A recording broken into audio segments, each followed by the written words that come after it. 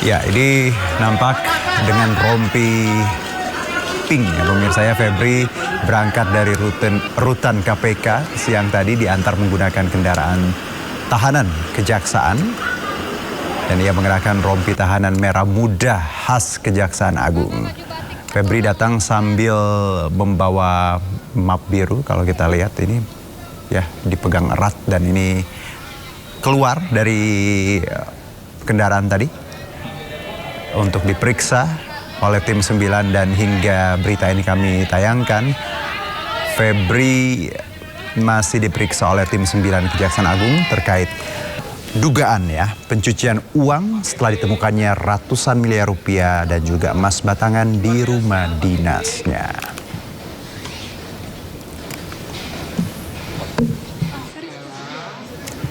Dan langsung untuk kita mengetahui perkembangan terkini terkait pemeriksaan Febri Adriansyah, sudah ada rekan Ismalia di gedung Kejaksaan Agung Jakarta Selatan. Ismalia, bagaimana jalannya pemeriksaan hingga sore ini? Silakan.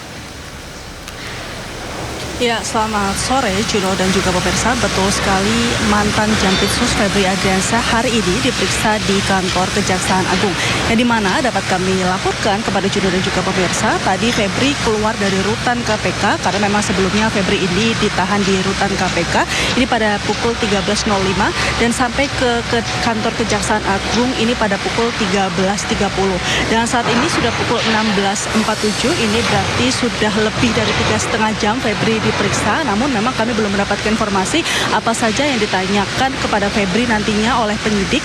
Namun yang dapat kami informasikan bahwa karena memang sebelumnya Juno dan juga pemirsa kita ketahui Febri ini memang dijerat beberapa kasus korupsi besar seperti blackout di Sumatera dan juga di PT Asabri. Namun untuk pemeriksaan kali ini Febri diperiksa sebagai kapasitasnya sebagai tersangka ini atas dugaan tindak pidana pencucian uang PT Asabri. Dan tadi dapat kami laporkan Juno dan juga pemirsa, ketika Febri datang ke kantor Kejaksaan Agung ini menggunakan rompi pink khas dari Kejaksaan Agung, ini menandakan bahwa Febri kapasitasnya sudah menjadi tersangka dengan tangan yang diborgol dan juga tadi membawa map biru.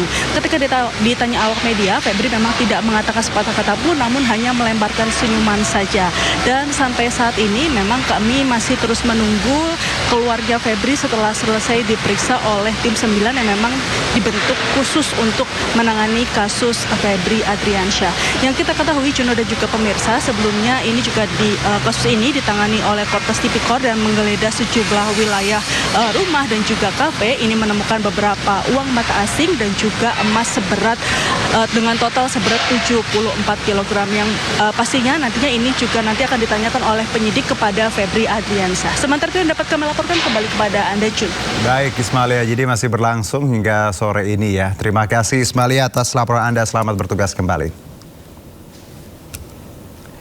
Sementara itu pemirsa, sidang perdana 2 gugatan pra-peradilan yang dilayangkan ex-Jampitsus Febri Adriansyah digelar 18 Agustus 2026. Gugatan pertama dilayangkan kepada Ditreskrimsus Polda Metro Jaya dan Kortas Tipikor Polri.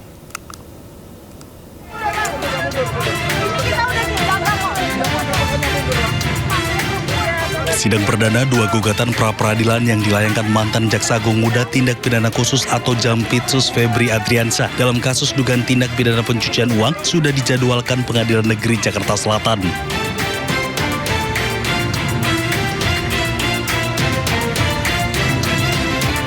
Humas PN Jaksel menyebut sidang perdana dijadwalkan pada Selasa 18 Agustus 2026 dan akan dipimpin Hakim Tunggal Richard Edwin Basuki.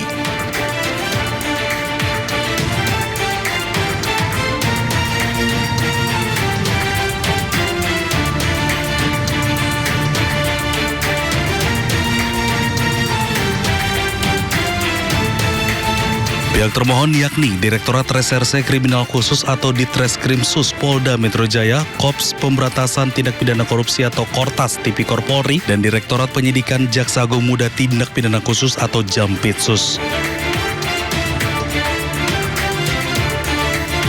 Sementara itu, untuk gugatan pra-peradilan kedua, pihak termohon adalah Jaksa Agung. Dalam hal ini, Jaksa Agung Muda Tindak Pidana Khusus Kejaksaan Agung akan digelar pada Rabu 19 Agustus 2026.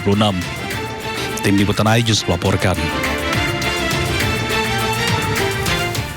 Kita ke sidang pra-peradilan Roy Suryo pemirsa yang digelar di Pengadilan Negeri Jakarta Selatan hari ini ditunda akibat ketidakhadiran termohon yakni pihak kejaksaan.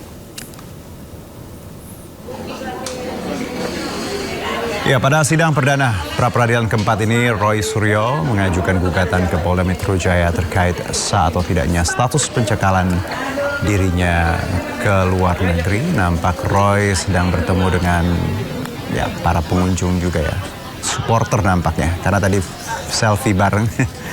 Dan Roy beralasan status pencekalan tidak jelas dan belum ada klarifikasi lanjutan serta tidak ada urgensi lagi setelah pelimpahan berkas.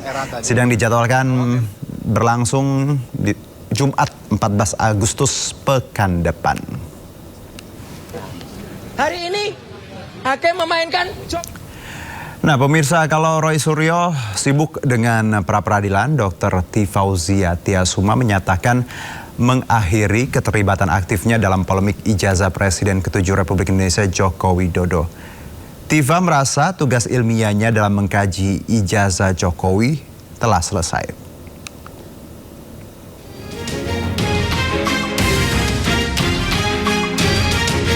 Dr. Tifauzia Tiasuma menyatakan mengakhiri keterlibatan aktifnya dalam polemik ijazah Presiden ke-7 RI Joko Widodo. Dr. Tiva menganggap kajian analitis dan neuropolitika terkait ijazah yang ia lakukan sudah cukup sehingga ia memilih fokus pada bidang keilmuan kesehatan. Ia juga menyatakan tetap bersedia hadir apabila dibutuhkan sebagai saksi ahli dalam proses persidangan berkaitan kasus tersebut.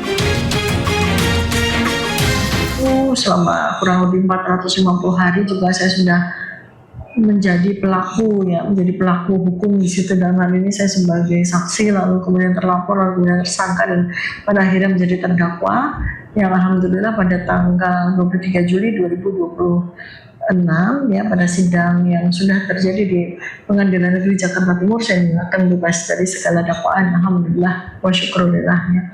Itu adalah sebuah momentum di mana saya harus berpikir, ya saya harus memberikan keputusan kepada diri sendiri bahwa sekali lagi terkait dengan persoalan ijazah ya, bagian saya sudah saya tunaikan, jadi sudah cukup untuk saya. Meskipun menyatakan mundur dari perdebatan publik, proses hukum dan langkah uji materi atau pra-peradilan yang diajukan oleh tim hukumnya tetap berjalan di ranah peradilan.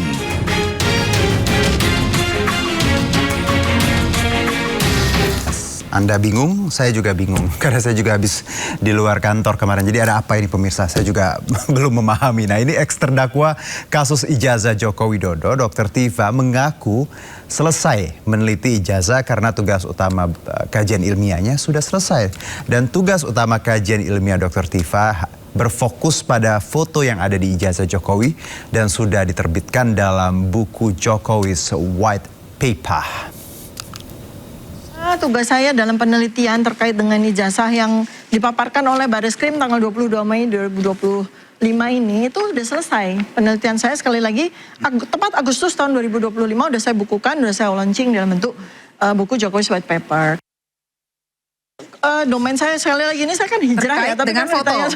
Ya, jadi domain saya kan di foto ya, dan itu sudah menjadi bukti otentik secara hukum pada CLS Februari 2026.